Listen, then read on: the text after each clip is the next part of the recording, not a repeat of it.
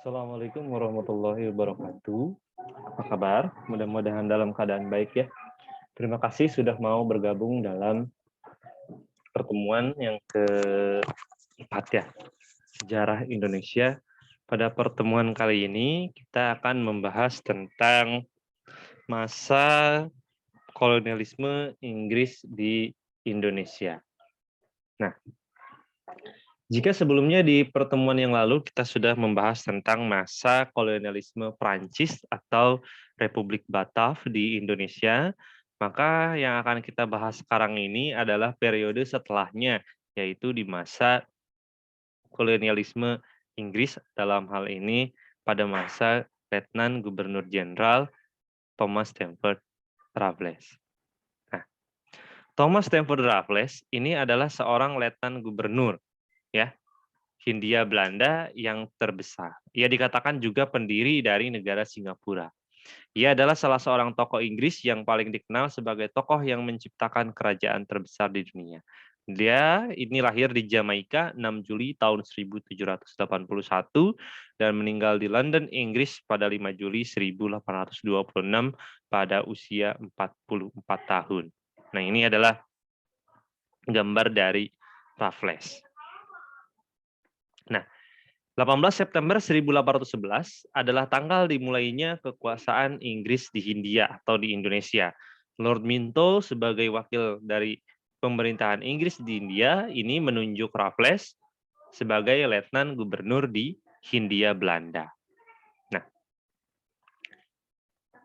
sebelum kita membahas bagaimana ya Inggris bisa berkuasa di Indonesia ya, bisa menggeser posisi Prancis atau Republik Batav di Indonesia, maka kita harus kembali terlebih dahulu pada tanggal 3 Agustus 1811.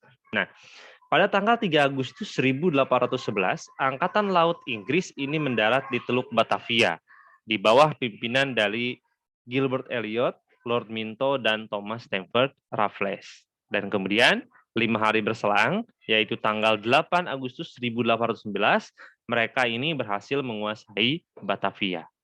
Jadi di pertemuan sebelumnya kita sudah pernah membahas bahwa pada masa Republik Batav, ya, Gubernur Jenderal Daendels itu diperintah oleh Louis Napoleon untuk mempertahankan Pulau Jawa dari serangan Inggris. Karena Inggris ada di Pulau Sumatera. Nah, tapi ternyata tanggal 3 Agustus 1811 Inggris benar-benar melakukan penyerangan ke Jawa. Ya, pada masa itu ya Jawa itu sudah bukan berada di bawah pemerintahan dari Daendels, melainkan dari Jansen.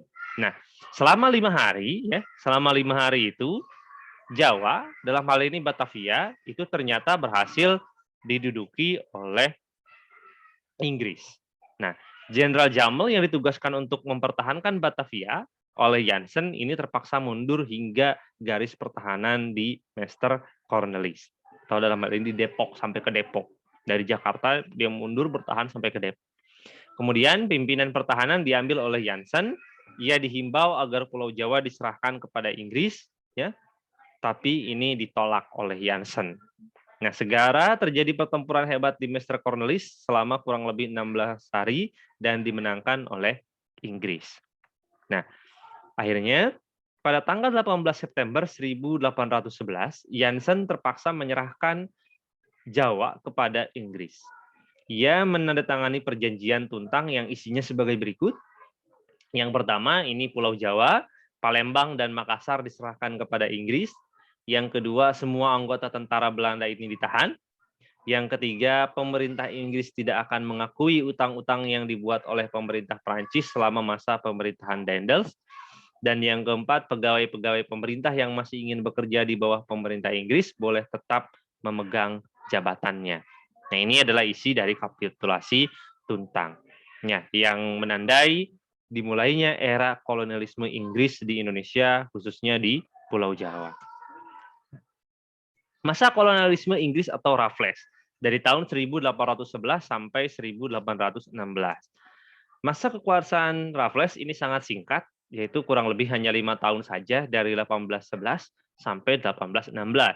Hari ini karena terkait dengan kekalahan dari Napoleon Bonaparte dalam pertempuran Leipzig yang terjadi tahun 1813, yaitu pertempuran antara Napoleon melawan pasukan koalisi yang terdiri dari negara Rusia, Prusia, Austria, dan Swedia.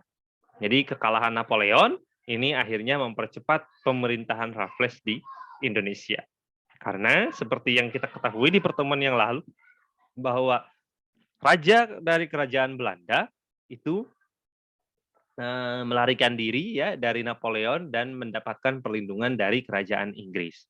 Sehingga ketika perang atau pertempuran Leipzig ini berakhir dan dimenangkan oleh pihak koalisi, maka situasi Eropa itu akan dikembalikan di masa sebelum terjadinya pertempuran di Eropa oleh Napoleon. Nah, kekalahan dari Prancis terhadap pasukan koalisi di pertempuran Leipzig itu menandai kemerdekaan bagi Belanda. Karena sebelumnya Belanda ini dijajah oleh Prancis atau oleh Napoleon. Dan kemerdekaan ini membuka ruang perundingan dengan Inggris terkait dengan bekas-bekas wilayah kekuasaannya. Dan terkait diantaranya yaitu tentu saja wilayah Nusantara. Nah, hal ini terwujud melalui Konvensi London tahun 1814. Salah satu isi penting dari konvensi ini ya adalah bahwa Belanda mendapatkan kembali bekas wilayah kekuasaannya di Nusantara kecuali wilayah Bengkulu. Dan secara resmi penyerahan wilayah tersebut kemudian dilaksanakan pada tahun 1816. Jadi Inggris mengakhiri kekuasaannya atau penjajahannya di Nusantara itu karena terlibat perjanjian dengan Belanda, yaitu menyerahkan kembali Nusantara untuk dijajah kembali oleh Belanda.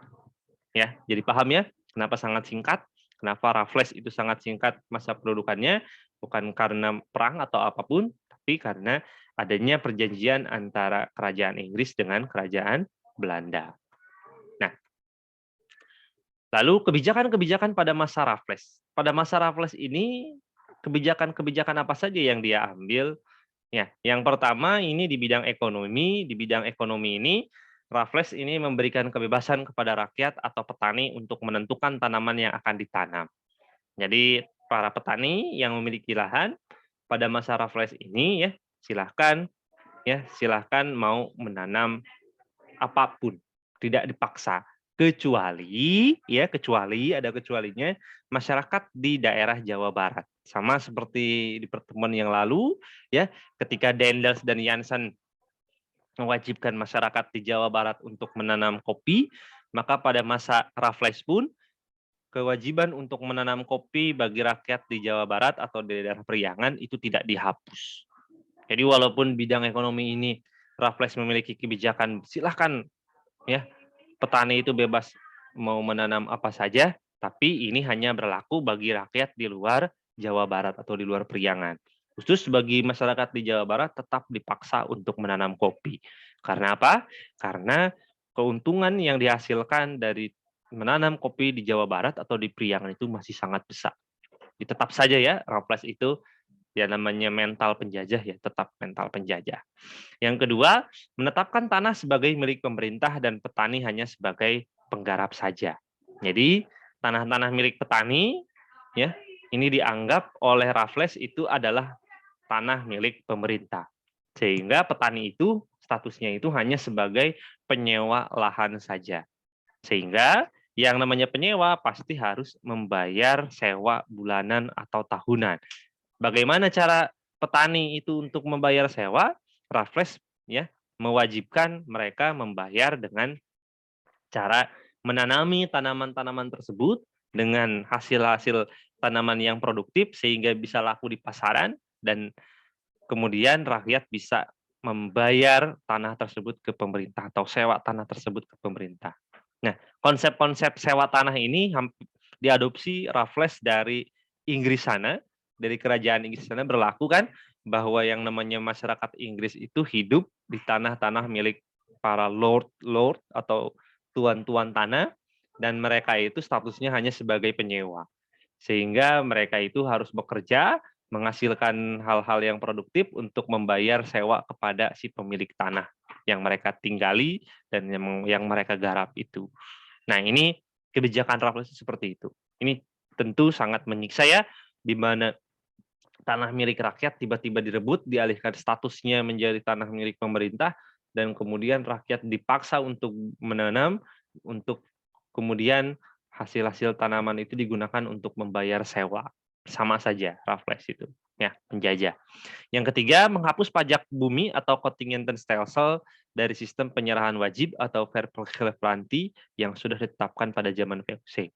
Jadi dihapus ya, yang namanya kontingenten stelsel ini dihapus, diganti dengan land rent. Ini sewa tanah ini yang di poin nomor 2 ini. Yang keempat, pemungutan pajak sewa tanah ini dilakukan per kepala. Ya, jadi sebelumnya di masa VOC dikenal dengan pajak kolektif.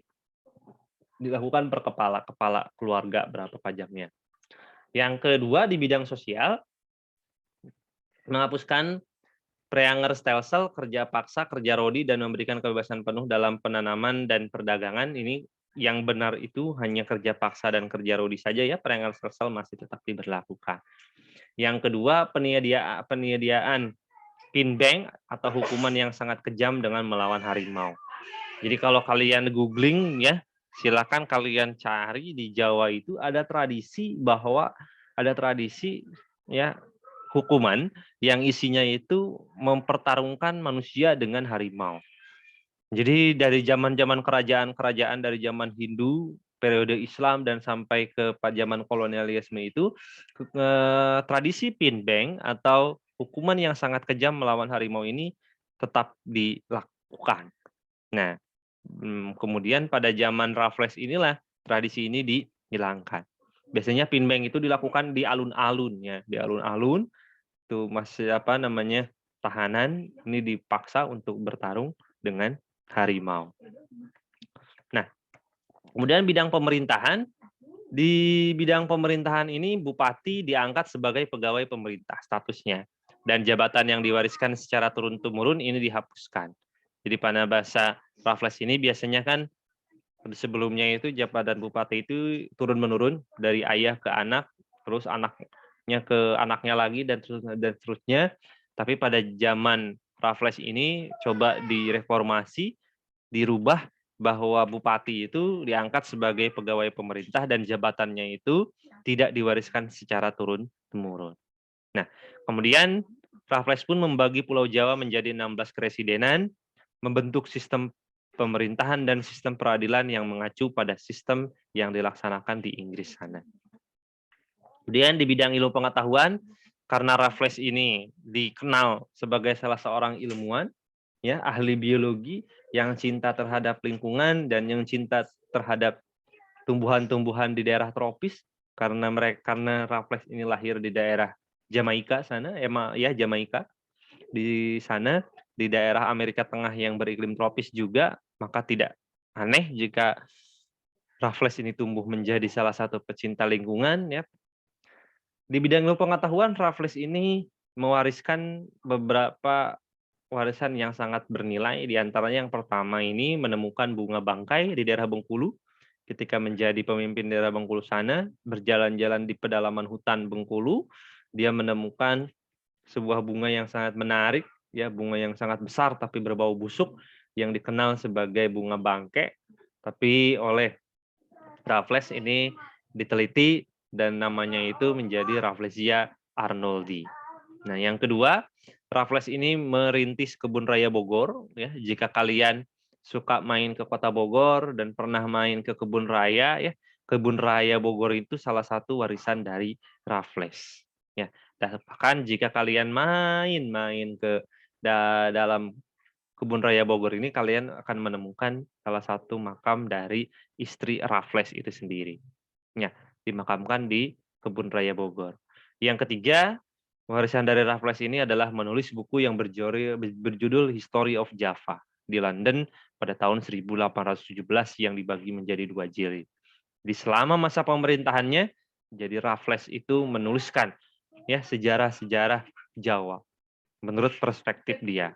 Ya, karena menurut dia Jawa ini sangat menarik dan Raffles ini sangat terkagum-kagum dengan salah satu kebudayaan masyarakat di Jawa. Nah, mungkin Di slide terakhir ini akhir pemerintah Raffles ya. Yang pertama yaitu penjajahan di Inggris tidak berlangsung lama, tadi yang dia katakan sebelumnya, karena di Eropa terjadi perubahan situasi ya. Kekalahan dari Prancis itu kemudian membuat situasi politik di Eropa berubah dan akhirnya terjadi salah satunya itu Konvensi London yang berisi tentang penyerahan kekuasaan dari Inggris kepada Belanda. Itu saja ya. Kurang lebihnya mohon maaf. Jika ada pertanyaan silakan komen di kolom komentar atau tanya di grup. Sekalian juga boleh mengeksplor lebih jauh dari sumber-sumber yang lain, dari video YouTube yang lain, dari buku ataupun yang lainnya. Terima kasih. Wallahul muwaffiq ila aqwamit thoriq. Assalamualaikum warahmatullahi wabarakatuh.